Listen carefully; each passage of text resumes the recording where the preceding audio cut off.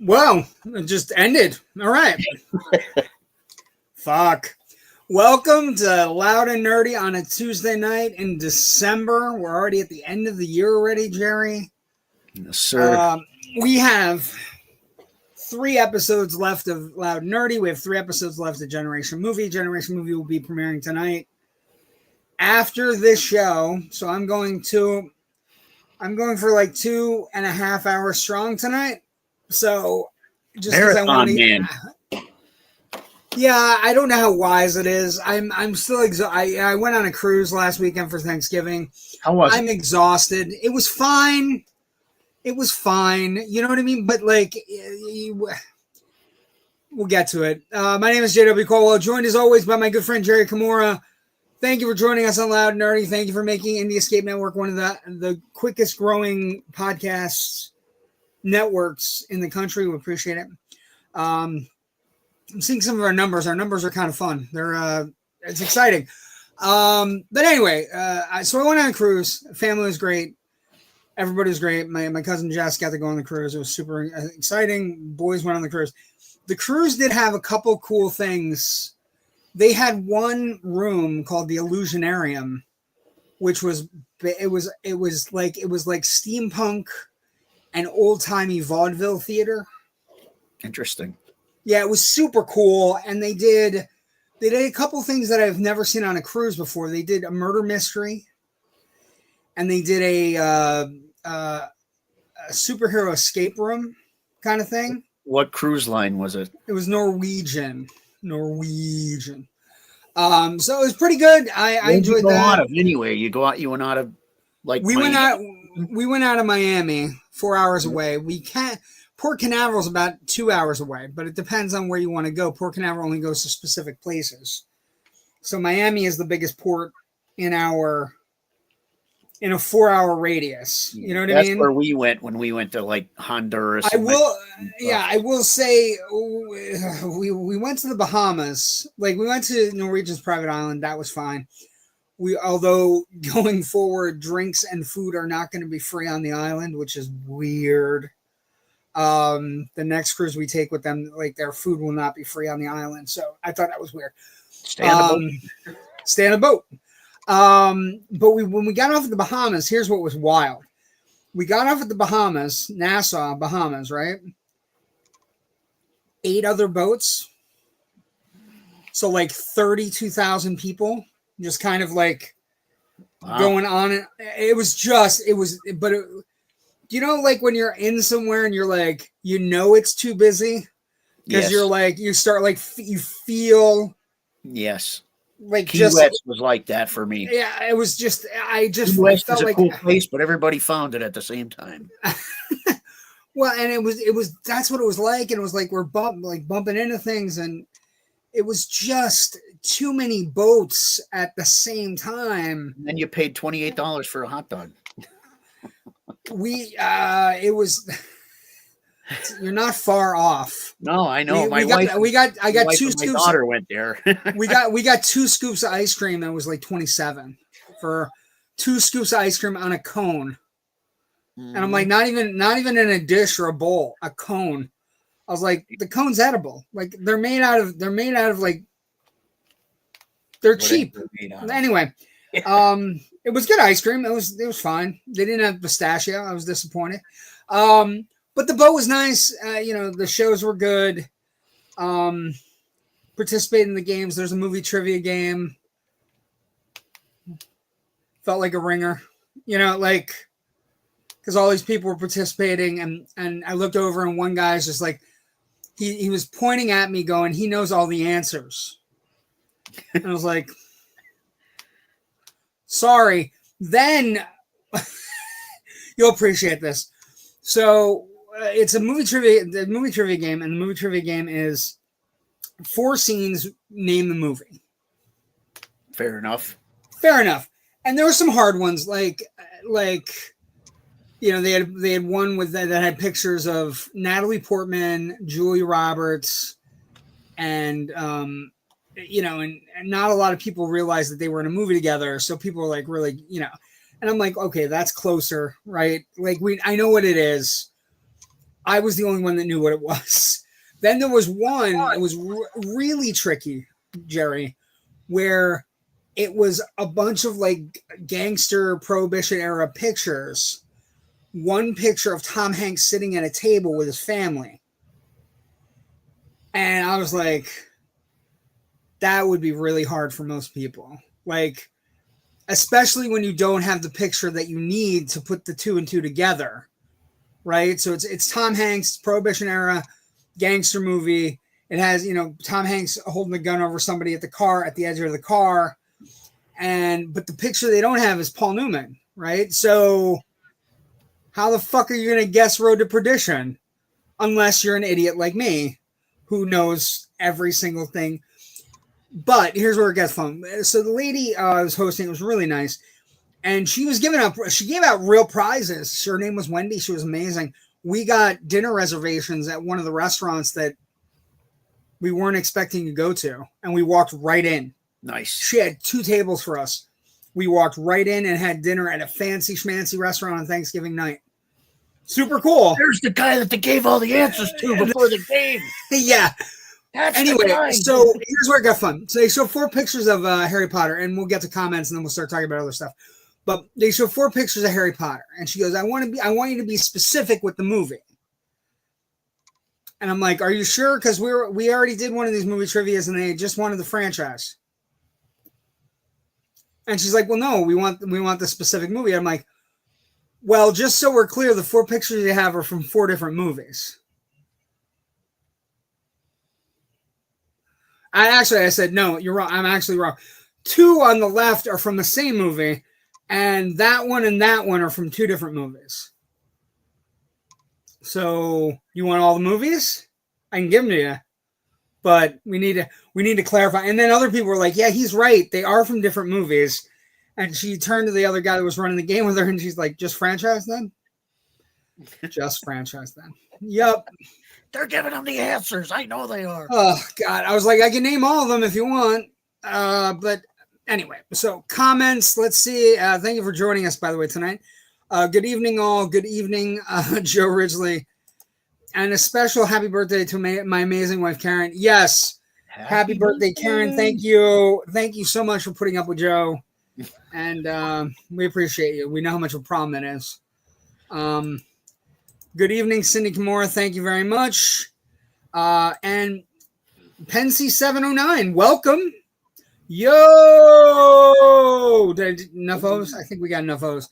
Thank you for joining us. We're super excited about any and all of the new people we have joining us. I'm going to give you a star. I don't know what that does, but we're going to give you a star. Anyway, and we'll hide you. So let's start with the first news of the week. So we went through September and October, and everybody's bitching. Movie theaters are dead.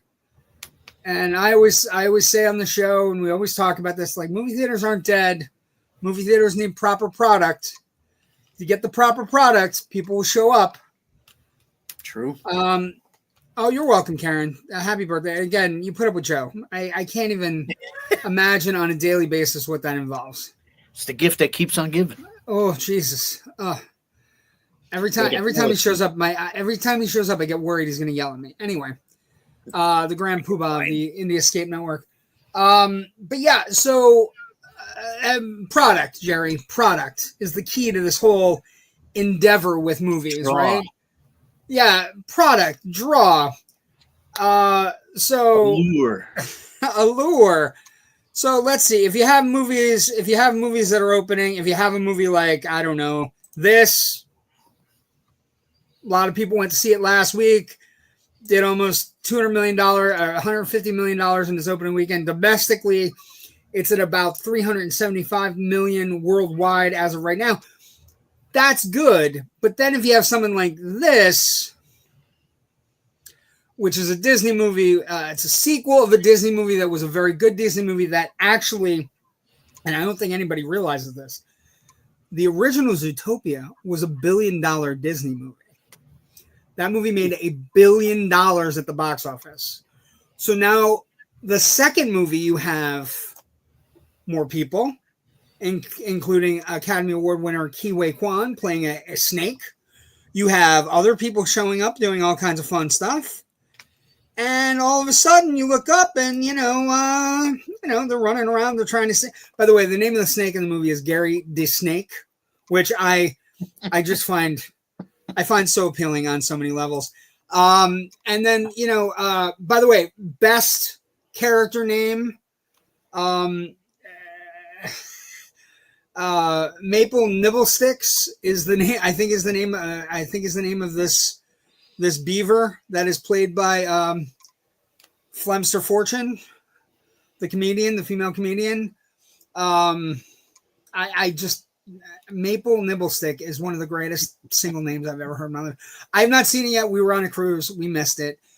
But let's talk. How's it doing? Jerry asks. Okay. Let's do numbers.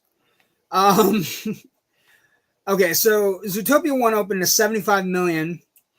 Zootopia 2's global debut from the 5-day weekend from Wednesday, the day before Thanksgiving, through Monday is $556 million.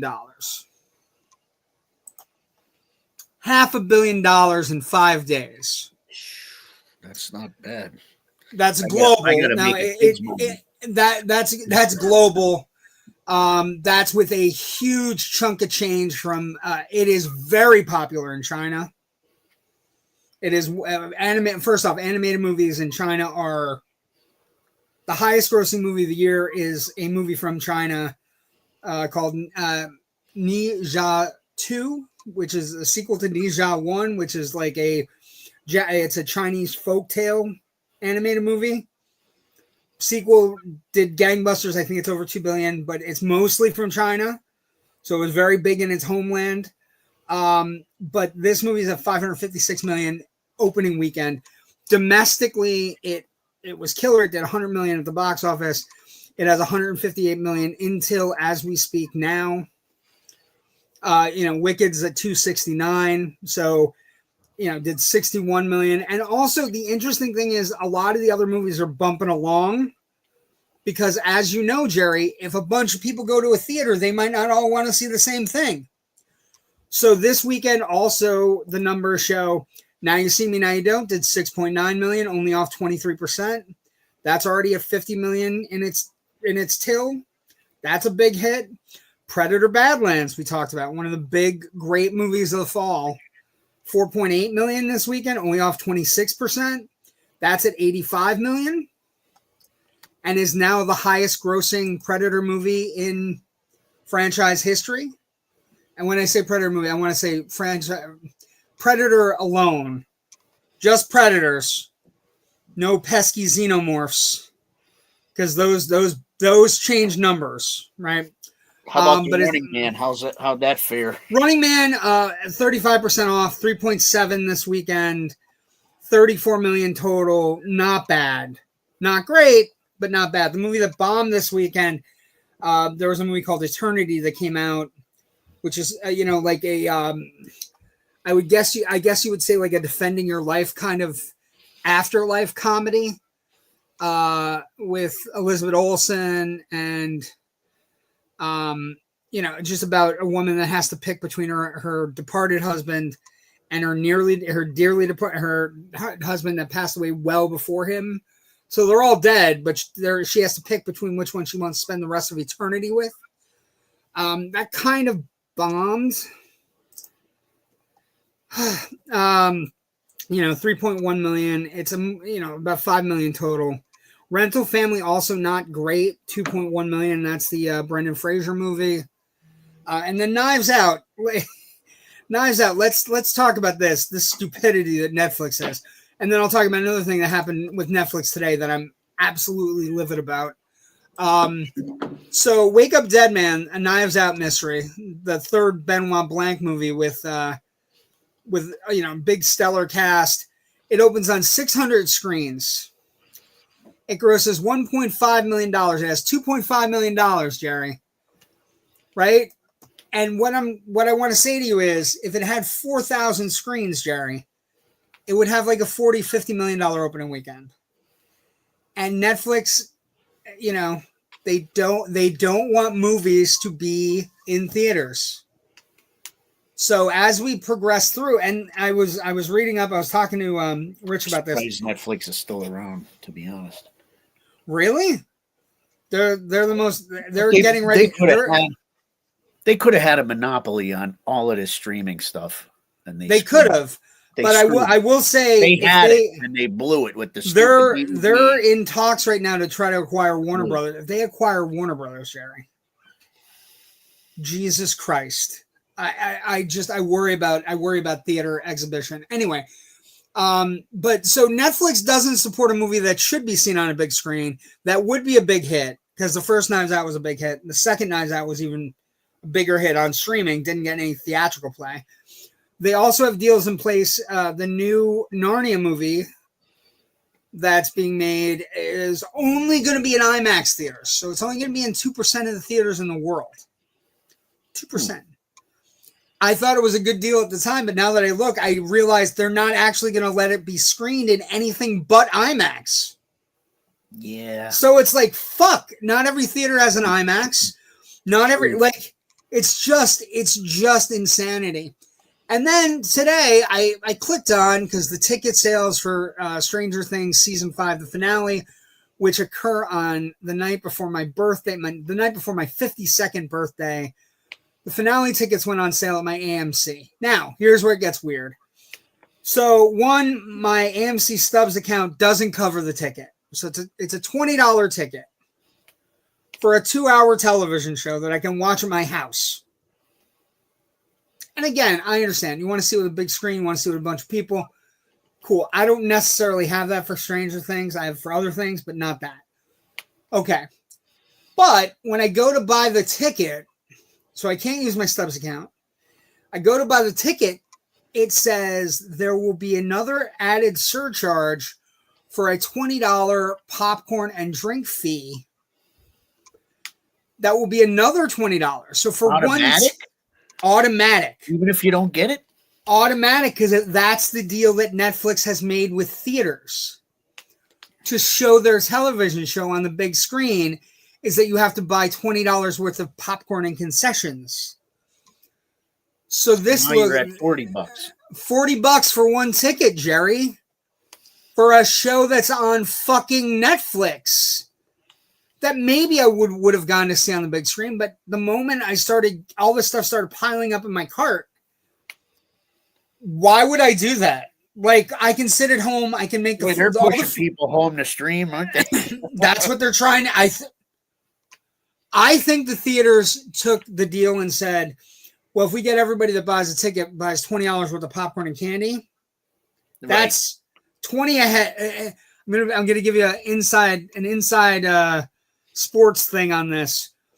The goal at a movie theater is $3. It used to be, I don't know if it is anymore, but the goal at the theater is for every person that's in a theater at any given time, it used to be $3 a head. If you could get $3 per person at the candy. So if we sell 300 tickets and we have 900 in concession, I'd be a happy camper, right? Right. But this is think about it. This is 300 seats. $20 added a piece. That's $20 a head. That's $6,000 concession. And you're only getting a popcorn and a drink. That's nothing. That's dick. That's nothing. So I understood why the theaters took it, but it's also like Netflix is making it harder for the theaters to sell tickets. Theaters are taking it because they know people will pay it. But I'm not paying it for anything like this. I Yeah, I don't know. Something epic, right? It's not exactly epic. For me, it's got to be like a real movie. Like, and I don't mean that disrespectfully, because I think Stranger Things is remarkably well done. Even though I haven't seen it, I've been on a cruise. So, we can't talk about that either tonight. Anyway, so I will get to it, I promise, but it won't be this week, and we will have, in the next couple of weeks, we'll talk about it a little bit without spoilers. I did watch that movie, that Begonia movie. Woo! I did see. That's interesting. It was interesting. Were you ready? Were you ready for the? Were you ready? I don't know if I want to. No, I don't want to spoil it for anybody. I think. I mean, yes and no, but it was like, okay, now I get it, but then I didn't. But it was like, oh, okay. Holy shit! Yeah. Yeah. Well, first off, Lanthimos, he's making some really interesting movies. You know, he made Poor Things. He made The Favorite. He is Killing of a Sacred Deer. He is one of our great filmmakers right now, and he has found his muse. His muse is Emma. Right? Emma Stone is his muse. They get each other. They understand each other. She gives her the performances in his movies from her are so above everything else we're seeing, right?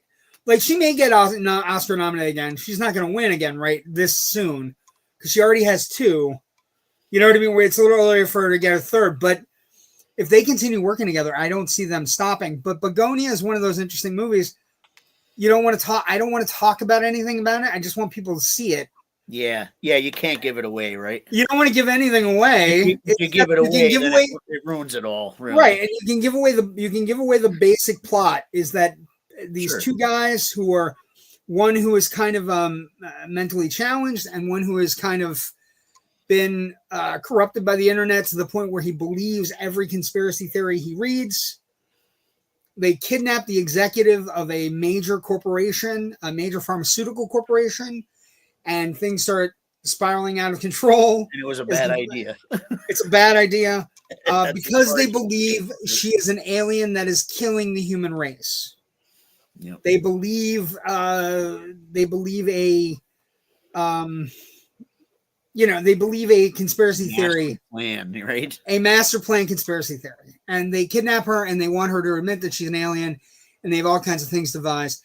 But Jesse Plemons is tremendous in it. Like, his performance, he's a believer. He's also had so much loss and tragic stuff happen to him as a character. There are shades and layers to that character. Like, all I'm going to say to you, I'm going to say to anybody who's seen it, is if you say Jesse Plemons' character and the cop is the weirdest, it's a weird thing, and then you're like, what? I'm like, what are you talking about? Like, what? And then they never discuss it, so it becomes this. Clearly, the Jesse Plemons character was impacted by it, and clearly the Jesse Plemons character was wronged by it. Right. And the cop, played by the comedian, what's his name? I think it's Vatros Sonikos. He's a very famous comedian right now. He's a Greek comedian, very funny guy. He was weird, right? It's just a weird relationship, and it's just it again transcends the movie, because then you start piecing together, like, this kid has had his mother taken away. He's been engulfed by the internet. He may have been molested as a child. Like, we don't know, because it never gets returned. Right. And it's just, the movie is so layered. And then he kidnaps this woman who he is sure is an alien. And all hell breaks loose. And it's a great movie. It's one of the more original movies you'll ever see. Yeah. Well, and it's just one of those movies that, like, whenever you find somebody that's seen it, and you're like, what'd you think? What'd you think of that? Like, but you don't want to talk about it on a podcast. Right. I want to talk to you about it like 10 minutes after we get off the air. I won't have a lot of time, but 10 minutes after we get off the air, I want to talk about it. But it's a great movie. You also saw Good Boy. I saw. I saw that, and I saw One Battle After Another. Yeah. Okay, so let's talk about Good Boy really quick, because you're a quintessential horror person. You're one of the finest noses for great horror films. What'd you think of the dog's performance? What did I lie when I said it's the best? It was great. The best animal performance you will ever see. It was natural, right? Yeah, it was so. Even though they guided him, you couldn't tell what they were guiding him to. Yeah, and they made the atmosphere. And all you want to say is he's such a good boy. He's such a good boy. Like if they have you believing that dog is frightened, then it worked. Yeah, and the movie succeeds on all that. Like he's the best actor in the movie. Yeah, I have no problem saying that. The other actors are like, I wasn't surprised, but like the guy, they don't even show the guy. It's all the puppy. It's all on the pup. It's all about the dog. And he's great. It's a fantastic movie. And again, I haven't seen it streaming at home yet. Do they have the director showing you how they do it? Because I was so okay. Because at the end of the movie, when I saw it in theaters, unless they just stopped early. You know what I mean? Okay. That they showed you how he did it. And it was like, I was very much in the no. Houdini should not tell everybody how they right. Yeah, it was like toys how he does his tricks and stuff, right? Well, yeah, his whoopee, like, and then like they couldn't have a real dog on set, so they had his whoopee on like a chair, and he was like focused on the chair, and it looks like another dog because there's a ghost dog in the middle of the movie. And the movie itself is really creepy. It's a creepy. Grandfather dies. They go like the grandson sort of absorbs the family trauma, I guess. I like how they got him to crawl under the dresser to get like the little handkerchief. Like because I was thinking about that the whole time. Like how'd they get this dog? How'd they get this fucking dog to do it? Yeah, and that's one of the magic movies of the year. I think he should be invited to the Oscars. I think he should get to give an award. I really do. He's one of the big, like, it's one of the coolest stories of the year. In a year, by the way, in the next couple of weeks, we're going to do our year best and all this other stuff. In a year that has been dominated by horror films, it is one of the most unique and engaging horror films that I've seen all year. It's only an hour and 10 minutes. It's fun. Now, you saw One Battle After Another. How are we feeling about that one? It was interesting. It wasn't what I expected exactly, but it was all right. I mean, I got your whole point with the whole road scene with the ups and downs. Like that was cool. The actual accident was cool. Like the last 20 minutes, that fucking chase through the desert with the up and the down and the and the rear view mirrors and stuff. You can't see the car, then you can see. Yeah. Oh my God, it's so well done. And I think DiCaprio's fantastic in everything. I think Del Toro's really good. I think Sean Penn is really, really good because theoretically he's playing against everything, the way he walks, everything. But also theoretically he's playing entirely against his type.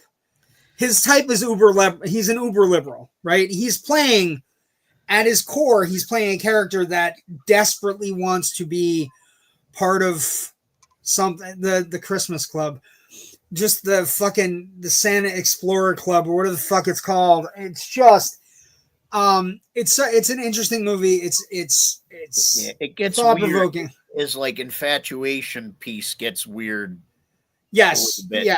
I don't necessarily think it's kid watchable.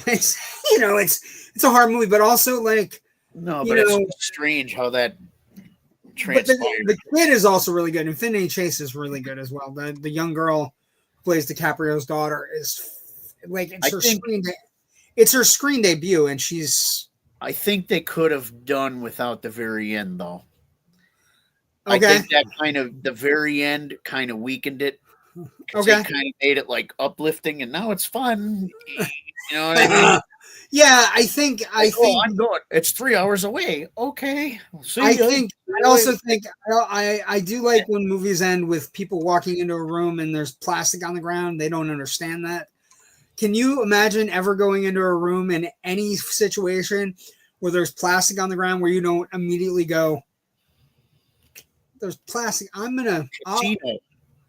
see you later. Plastic, but it's like, hey, but can you imagine? Can you imagine with all the movies you and I have seen, walking into a room and your wife, like say your wife is there and she's been mad at you or something, and you walk into the room and there's plastic on the ground. I immediately go the other direction. Yep, I'm out of here. I'm sorry. There's plastic. This is my new office. Really? I'm sorry. No, I'm good. I'll pass. Let's see a comment. Especially when you're paying over $20 a month for the Netflix to begin with. Yeah, the idea that they added a $20 surcharge for popcorn and candy is astounding to me. And the other thing I will say is ridiculous. It has 4 shows at the theater I go to. All 4 of them there was like 7 seats left total, and 4 of them were handicapped seats. They were seats for wheelchairs. So packed, gonna be packed. I don't like the idea of doing something on New Year's Eve that's not at like 5 o'clock. 5 o'clock, you're home, because then you can sit with family, you can make food, watch the ball drop. Go, I take phone calls on New Year's Eve. Like people call me from all over the country, so I have stuff to do. At 12:01, I have people calling me, wishing me a happy birthday and all this other shit. So I just don't see me doing that. But I tried to, and then I immediately got turned off with $40 ticket prices. Yeah, $40 for one seat. Get the fuck out of here with that. Like, that's crazy. Like, are you showing me the original Star Wars trilogy? The original Star Wars trilogy, no special edition. 40. I may go 50 or 60. If we're getting all 3, and none of them have been altered in any way, which is the rumor for next year. It's the rumor going around, is that we may get the Star Wars for 77, or for 2027, we might get all of the Star Wars movies not remastered. They're wonderfully brilliant, jumbled mess that they were when they first came out. Empire's still the best one. Empire is the best one. There was an interesting thing that happened as we progressed through this. We're back for the next 3 weeks, and then we'll be gone for 3 weeks. There was a really interesting poll where they I can't remember who did it. Somebody did it. I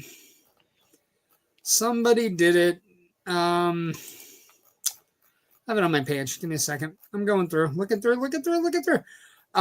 It was Covered Geekly, and they did a little poll where they basically they picked the top sci-fi movies of all time, and Empire was number 1. I have no problem with that. That's perfectly. According to thousands of users on Ranker, Star Wars Episode 5, The Empire Strikes Back, is the best sci-fi movie of all time. Aliens ranked 2nd, and Terminator ranked 3rd. So we had a couple interesting thoughts on this. One of the people on my page put up, Aliens is too cheesy to be this high. And I was like, I don't know how I feel about that. And he's like, I just feel Alien is better at this point in my life. Fair. Wait, hold on. Yeah, if you can, Joe writes, is the new Knives Out movie in theaters yet? Yeah, if you can find it. It's only in 600 screens.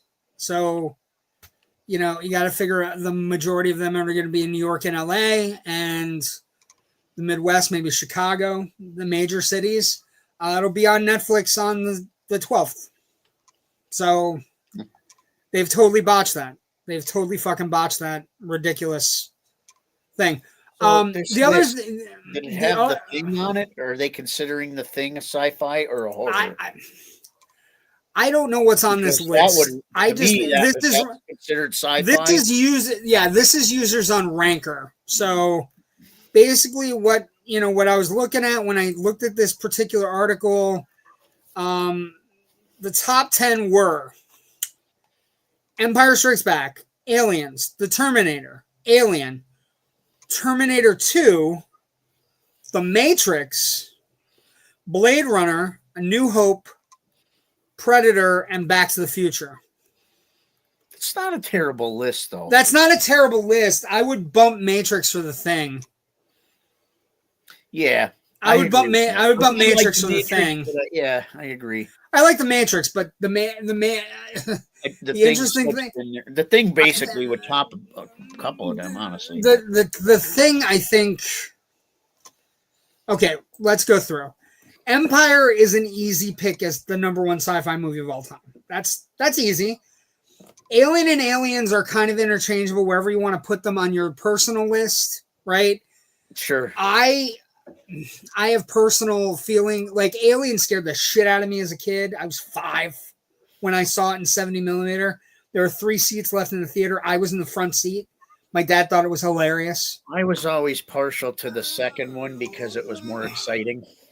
The second one is the action one. The second one is the one that has. Yeah, that's where I'm coming from. That kid side of me, right? Yeah, like, Alien was fantastic, and it is.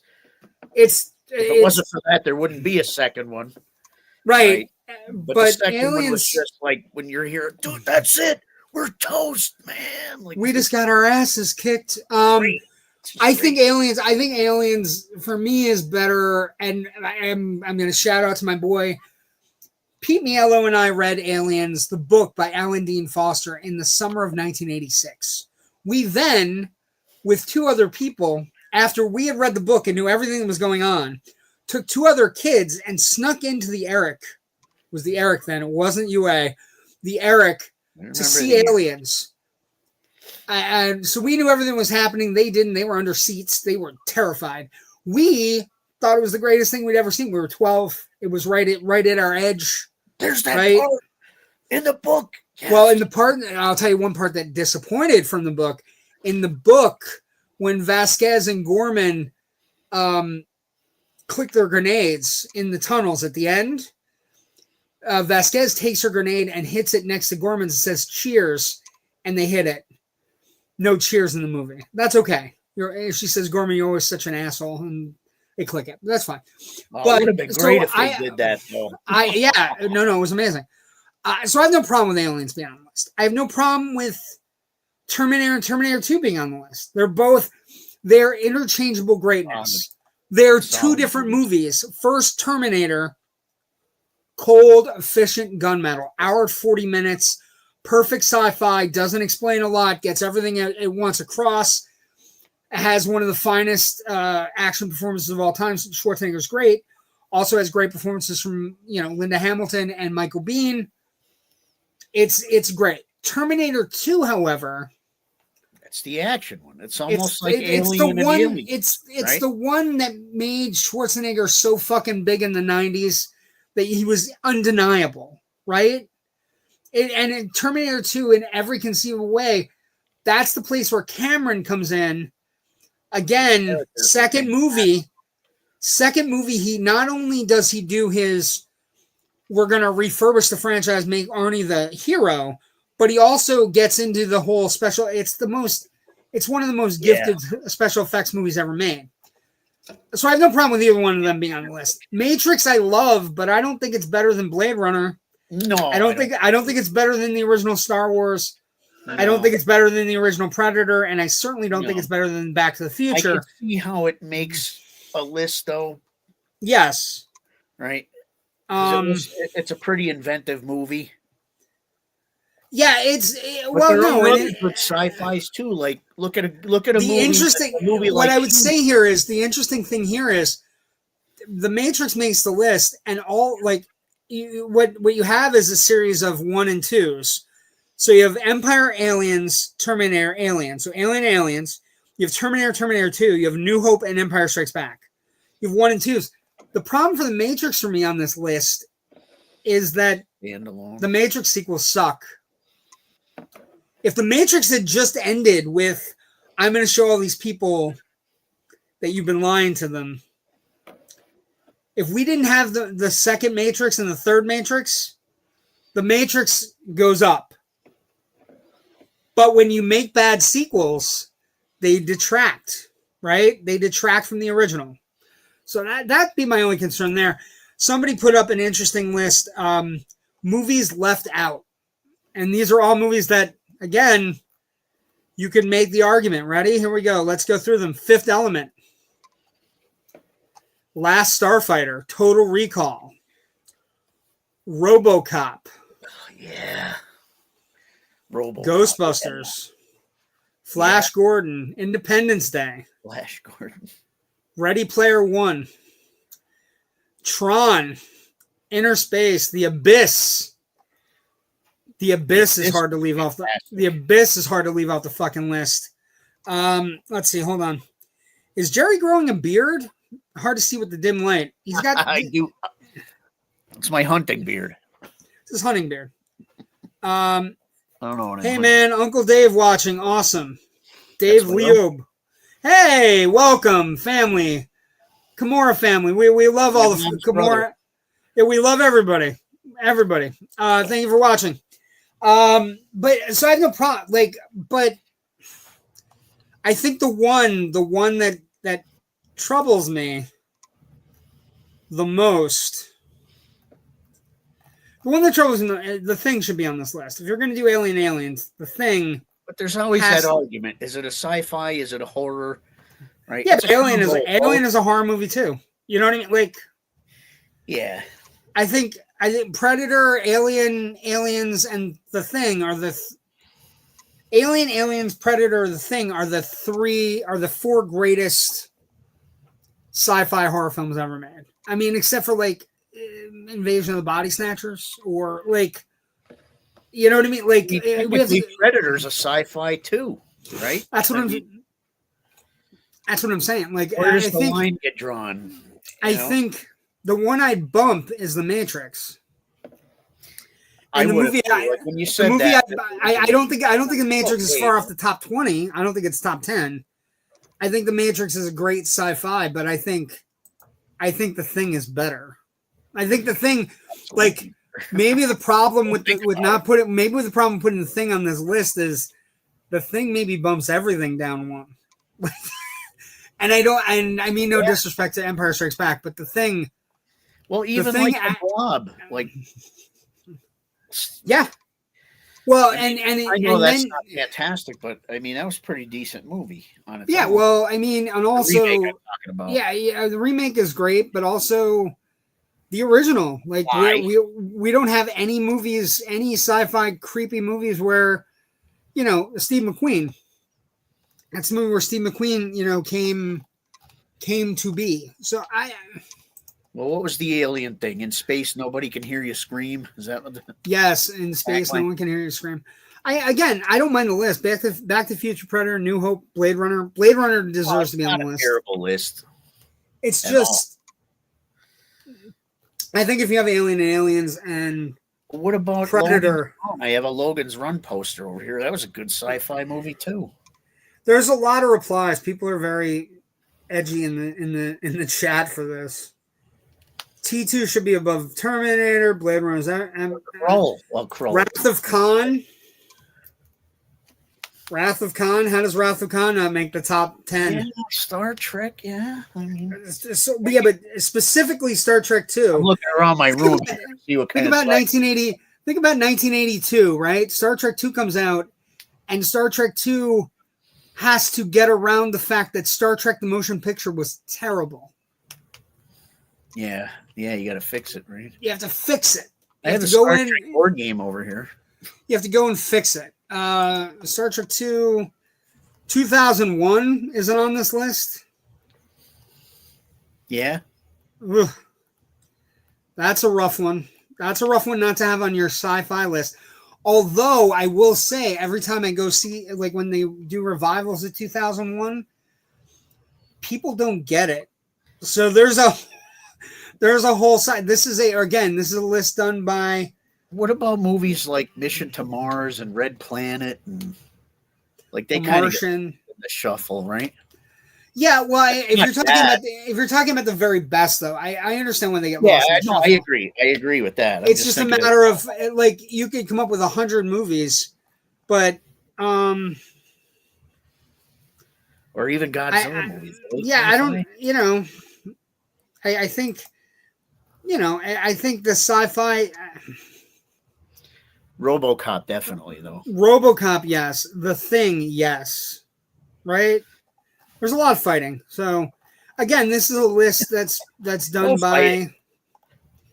Fighting's good. It's a list by ranker, so it's people. It's people trying to. Don't get me wrong. Personal taste, really, at the end of the day. But who? Let's see. Who starred in the movie The Abyss? That's Mary Elizabeth Mastrantonio, Ed Harris, Michael Biehn. Fantastic. Amazing, especially amazing if you watch the extended edition. What's his face from? Oh man, who's that dude? Isn't it the dude from? Never mind. Michael Biehn. Michael Biehn. No, dude from Aliens. Oh yeah, him too. Yeah. Were sci-fi comedies on there? No.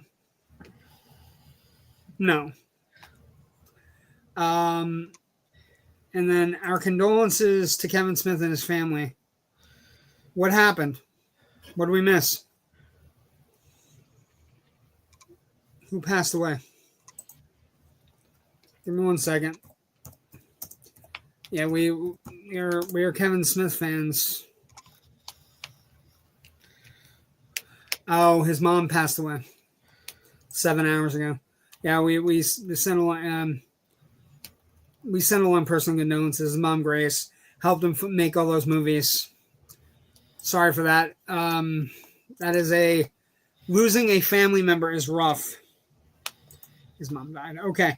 So yeah, I don't know where to jump from there. But we have to get done with the show tonight, so we're just trying to get everybody back and in the fold.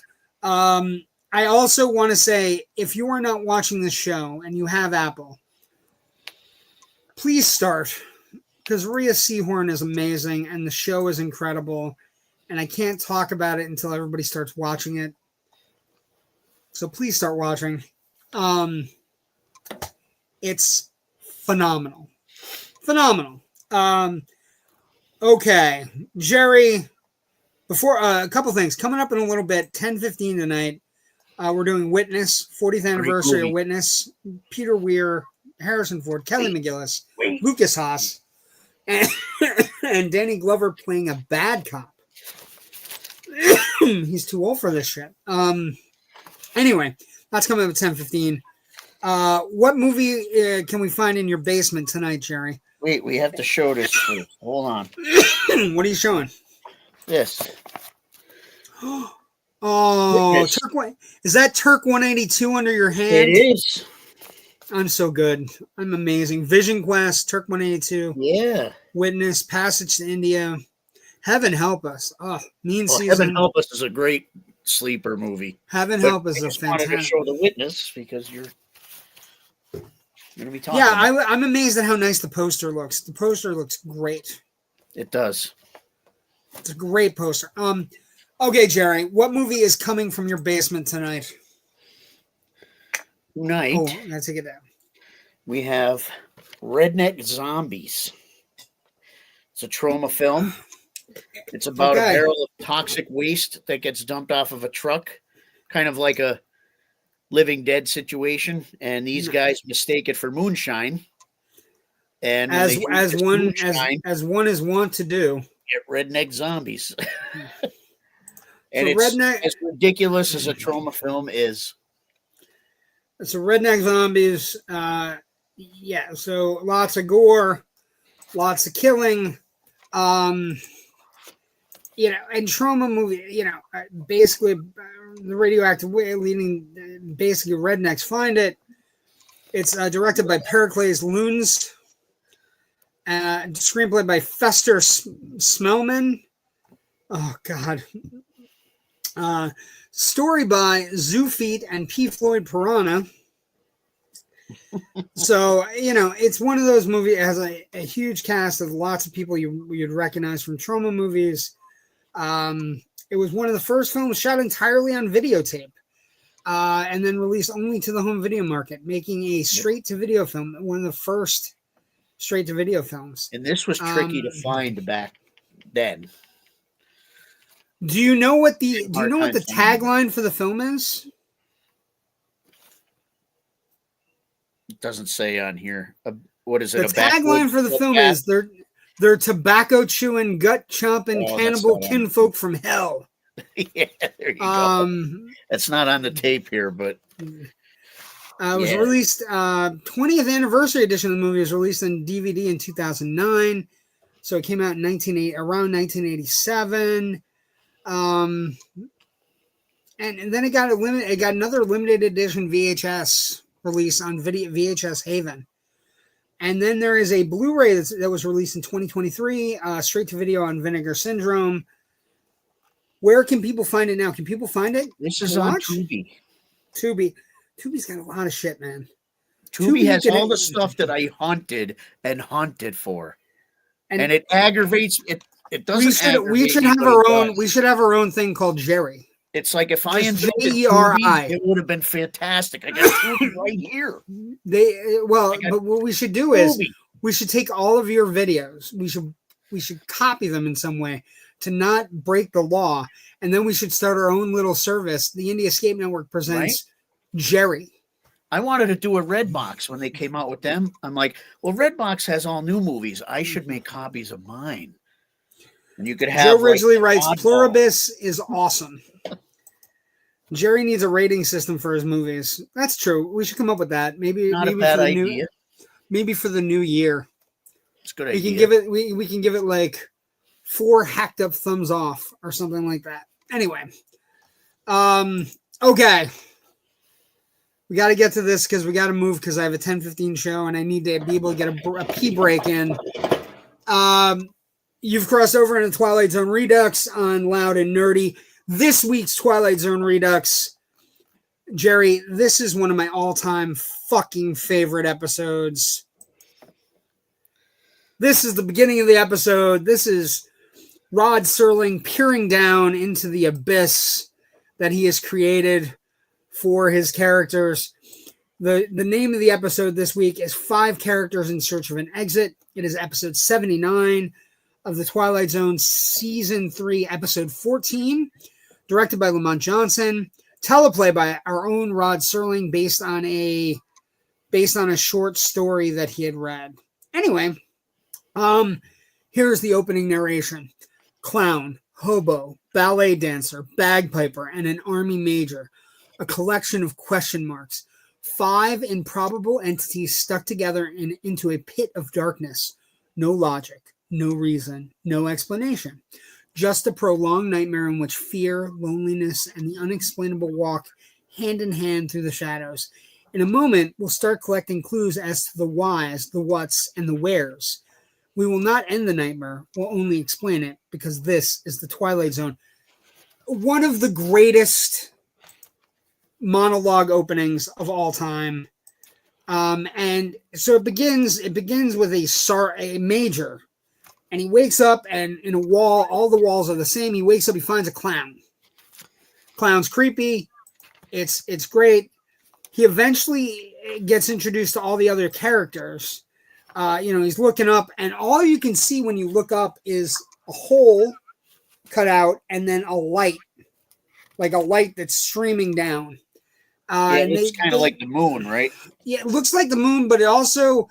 Like the clown at some points gives ideas that he knows more than everybody else, and then there are times when he doesn't. Right. But there's a hobo, there's a ballet dancer, there's a bagpiper, there's the clown, and the major. And they're working hard. Rod Serling gives the opening monologue from the top of the fucking hole. And this episode is called 5 Characters in Search of an Exit. It is without a shadow, like it's tense. It is incredibly well written, but it's also like it is the magic of the Twilight Zone journey in the sense that it is nothing but possibilities. Right. We don't know where we are. We don't know where they are. We don't know who they are. They don't know who they are. They don't eat. They don't drink. They don't need food. They haven't gotten food. The major thinks maybe we haven't gotten food and drink because we're so fucking shocked by the situation. Maybe. Right. But they go around at one point, and like they're all giving, like the clown says, maybe we're here. Maybe we're at the end of existence. The hobo's like, maybe we're dead. Maybe we're in limbo. Maybe this is purgatory. Maybe we made bad decisions. The ballet dancer says maybe we're on a spaceship. Nobody fucking knows. And that's the magic of this episode. The magic of this episode is the infinite possibilities of a Twilight Zone episode. You don't know what's happening. And none of the characters do either. There's no ulterior motives to the characters. They, like, again, there are hints that maybe the clown knows more, but it turns out the clown is just kind of like, he's a clown. He's being a clown. Yes. He's being a clown. Laying on his back and kicking his legs up in the air. Calling the guy an idiot is fantastic. I do like the little umbrella thing, though. Like, the umbrella is great. That's a cool touch. Right? It's a great touch. Not enough clowns have umbrellas. He has a little umbrella. His outfit's fantastic. He has a potted flower on his head. All the costumes are spectacular. And I like how they use the part of the clown costume. I would love to do this if you had a real smart group of friends and everybody came as one of the 5 characters in search of an exit for a Halloween costume together. Would be one of the greatest things ever. They eventually get to the point people know who they are. No, I don't care about knowing who they are. Forget it. You and your 4 friends know. Oh, yeah, right. You and the 4 friends would know, and everybody else would be nothing for not knowing. I have a shocker costume from the movie, right? Horace Pinker? I wore it. Horace? I went to a party, and nobody knew who I was. Everybody's like, oh, look, it's the pit crew because of the checkered flag. And one dude at the party's like, dude, great movie. I'm like, yes. Thank God. That's the truth. All you need is one person to know. But if you had really smart friends and you all came up with one costume, it would be great. And be at a party and just stand there together. And then eventually you go out the front door together. Everybody goes out. I dressed as the Yellow Brick Road at a Wizard of Oz party once. Okay. So eventually the major gets everybody going. He's in the army. He wants everybody moving. So they decide they're going to climb to the top. And the way they're going to do that is by climbing on top of each other. First time they try it, the ballet dancer doesn't make it. She's too short. They can't do it. Eventually the major, he breaks a sword in half. Actually, breaks a sword trying to like stick the wall or whatever the fuck. And by the way, every time they hit the wall, it's metal sounding. It's hollow. It's like a drum. Anyway, we'll get to that. And then they basically they hear the bell. They hear this like ringing. It rocks the entire thing every time it occurs. It's like a giant, huge bell sound. That happens twice in the episode. So anyway, they get to the point where the major's gonna climb out. He throws basically a grappling hook, creates a grappling hook, throws it on top, and is able to get to the top. And as he gets to the top, he falls off. And it's all that's left is the characters looking up, and the clown says, sadly, I hope he comes back for us. And the ballet dancer says, he calls him an idiot again. And I was going to say, he's not too bright. He's not too bright, but he's an army guy. And then he says, the ballet dancer says, of course he'll come back for us, right? Just a longing, a sadness, a horrific kind of whatever. And then the reveal. The reveal, Jerry. The reveal. This is a child playing with a major doll that is on the ground next to a toy bin that is for orphan children. All of these characters in search of an exit are toys stuck in the bottom of a holiday Salvation Army-esque Toys for Tots barrel. A fantastic ending. One and then the lady rings the bell. Yes. Yes.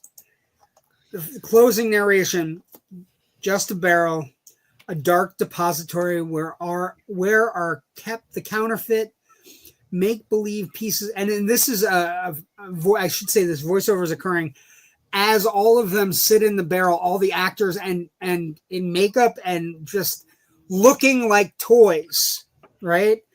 Just a barrel, a dark depository where there are kept the counterfeit make-believe pieces of plaster and cloth wrought in a distorted image of human life. But this added helpful note, perhaps they are unloved only for a moment, and the ballet dancer starts crying. In the arms of children, they can be nothing but love. A clown, a tramp, a bagpipe player, a ballet dancer, and a major. Tonight's cast of players on the odd stage known as the Twilight Zone. Okay, so first off, a couple things. Play folks will realize this episode's title is a variation on Pirandello. Basically 6 characters in search of an author, and Sartre's Play No Exit. So basically it's an inspiration for the script. This shows you the level. Rod Serling is working with Pirandello, Commedia dell'arte, and Sartre. That's where his mind is. That's how fucking brilliant a writer he is, right? He's working on shit. He's his writing level, Jerry, right? In this 3rd season. First off, he's learned a lot from the first 2 seasons. And then this 3rd season, the writing level in the 3rd season is so off the charts fantastic that you can't even put into words how great it is. So he's basically dealing with Sartre. He's dealing with Pirandello. It's an inspiration for the movie Cube. Which is a good movie. It's a great movie. I would also be I'm going to say this, and I'm going to say it to everybody. It's also one of the inspirations for Art the Clown. The clown in this looks remarkable, and this is Damien Leone actually saying it. He looks remarkably artish. Right down to the fucking flowers. Right down to the fucking daisy on top of the guy's head. And then the other thing I'm going to say to you is, do you or your children love Toy Story? Yeah, Toy Story. Because this is Toy That's Story. One of the first things that come to mind, right? Yeah, it's an immediate comes to mind. And it's a mind-blown episode. It's one of the great episodes. Toy Story is probably still the best Pixar movie, though. Ever. I think so. I think the Incredibles are up there. The Incredibles and Wall-E. Wall-E has a timeless quality to it that I don't think we can ever. Wall-E's Johnny Five in cartoon form. Yes, but I love Johnny Five, so I'm okay with that. Next week, sci-fi movie too. A great sci-fi movie. Next week, comedy, Joe. Sci-fi comedy, Joe. There you go. Next week, we get Buzz Kulik directing another Rod Serling teleplay, A Quality of Mercy. And basically, it's about a second lieutenant in the Pacific Theater of World War II, which again is another thing. Rod Serling, I don't think I've ever seen this one. Quality of Mercy. And what I would say is Rod Serling, remember, one of the things that we've learned about Rod Serling as he progresses, World War II impacted him greatly. So that's that. Okay. Before we go tonight, really quick, because I do have another episode coming. Big movies coming out this week. We got a couple major releases. This is the biggest one. Five Nights at Freddy's 2, Blumhouse, going back to the well a little less than 2 years after the first one. And it's gonna be huge. I don't know how big it is, but what I would also say, it's another movie that can be added to the list of meeting certain criteria so that all the quadrants are marked for our Christmas. We have Avatar coming in a couple of weeks, Avatar Fire and Ash. Rich has already seen it. We'll talk about it a little bit. We can't talk about it a lot though, but we'll talk about it a little bit, maybe in 10 minutes. The other movie that's opening this week, and you have to go find it somewhere, and realize it's 5 hours. It's 5 hours, and also it has an extra animated sequence and an intermission. Kill Bill, The Whole Bloody Affair. Very excited about seeing the movie all together. It's only in theaters December 5th. It's not a new one. It's the movie. It's cut together, and it has an added anime scene. Okay, Jerry, where can people find you and Slapjaw, and what do you got going on? Slapjaw is on basically all of those symbols you have at the bottom of the screen, almost. Yep, almost all of them. Slapjaw 98, and we have a show Friday. This Friday at the Moon Ballroom. It's a Toys for Tots. Oh, we love Toys for Tots. We want kids to have a good Christmas. Yes, sir. It's all weekend, but we are playing Friday. Okay, you can find me, JW the Movie Guy, on Facebook, Twitter, Instagram, Threads, Blue Sky, all those places. Also on IMDb. everywhere you're looking for stuff. Last comment of the night. What do you think of the movie Tag? Are you talking about a movie called The Assassination Game? Tag or Tag? Because there's a movie that I grew up with that was always on HBO called Tag the Assassination Game, which is a Linda Hamilton movie, and it's fantastic. It's basically about a bunch of kids who are playing like tag with dart guns on college campuses, and then the one guy loses, and he's the best player, and he starts killing people in real life. Great movie. But if you're talking about the other movie, Tag, which is a bunch of guys tagging after they get old, and they're still playing tag, it's a fun movie. Love you guys. Have a great night. Also, I'd be remiss. We're going to have, in a few minutes, on the same network, Rich and I will be doing Witness on Generation Movie. Please join us. Thank you for joining us tonight. Everybody have a great week, and we will see everybody next week as we barrel towards the end of 2025. Thank you for joining us. Good luck. Have a good night. Watch Pluribus. Go see a movie. Bye. Good.